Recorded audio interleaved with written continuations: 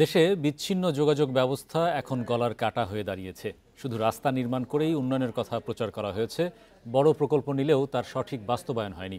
রোববার রাজধানীতে ঢাকা চেম্বারের এক সেমিনারে এসব অভিযোগ উঠে এসেছে। এ সময় টেকসই অর্থনৈতিক প্রবৃদ্ধির জন্য সরকারি বেসরকারি সমন্বিত উদ্যোগের তাগিদ দেন আলোচকরা।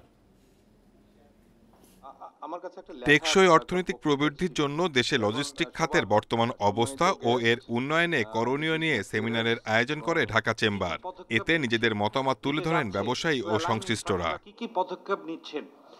বেসরকারি খাতের উদ্যোক্তারা বলেন, শুধু রপ্তানি বাণিজ্য নয়, দেশের সামগ্রিক উন্নয়নে লজিস্টিক খাতের উন্নয়ন জরুরি। আর্থিক সহযোগিতার জন্য ব্যাংকের পাশাপাশি বন্ড ইস্যুর তাগিদ দেন তারা। বন্ড ইস্যু করতে গেলে মনে হচ্ছে যে এটা দেশ বিক্রি হয়ে যাবে। এই মাইন্ডসেট থেকে আপনার রিয়েলিটিতে আসতে হবে, এটার কোনো অল্টারনেটিভ নাই। একটা ইম্পোর্ট ডিপেন্ডেন্ট দেশ, সব কিছু কিন্তু ঢাকা হয়ে যেতে হচ্ছে। ওয়ারাজ আমরা কিন্তু একটা লং টার্ম ড্রেজিংয়ের মাধ্যমে, প্ল্যানিংয়ের মাধ্যমে আমাদের ইনল্যান্ড ওয়াটারওয়ে দিয়েও কিন্তু আমরা আমাদের ইম্পোর্টেড গুডস বা এক্সপোর্টেড গুডসটাকে পোর্টের সাথে কানেক্ট করতে পারি। প্রধান উপদেষ্টা সড়ক পরিবহন ও সেতু বিষয়ক বিশেষ সহকারী বলেন, এখনো পর্যন্ত যোগাযোগ খাতে কার্যকর কোনো মাস্টার প্ল্যান করা হয়নি। আকাশ, সড়ক ও জলপথের সমন্বয়ে বহুমুখী যোগাযোগ ব্যবস্থা তৈরির কাজ করছে সরকার।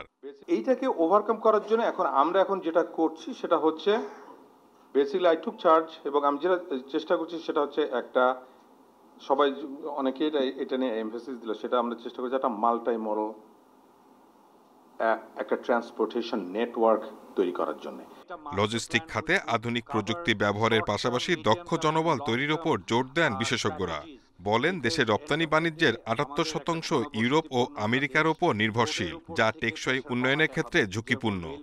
রেলওয়ের যে আইন, সেই অনুযায়ী প্রাইভেট ইনভেস্টমেন্ট রেলওয়েতে করা যায় না। রেলওয়ে শুধু আউটসোর্স করতে পারে কিছু সার্ভিস, কিন্তু rail ICD, wagon, freight train, এই জায়গাগুলোতে প্রাইভেট ইনভেস্টমেন্টের প্রয়োজন এবং সুযোগ আছে, এবং সেই অনুযায়ী আমাদের মডেলটাও চেঞ্জ করবে। লজিস্টিক খাতের উন্নয়নে বন্দরের সক্ষমতা বৃদ্ধি ও রেল যোগাযোগ আধুনিকায়নের আহ্বান জানান বক্তারা। পোর্ট হবে, বিনিয়োগ আসবে। Shahid Ahmed, independent news, Dhaka.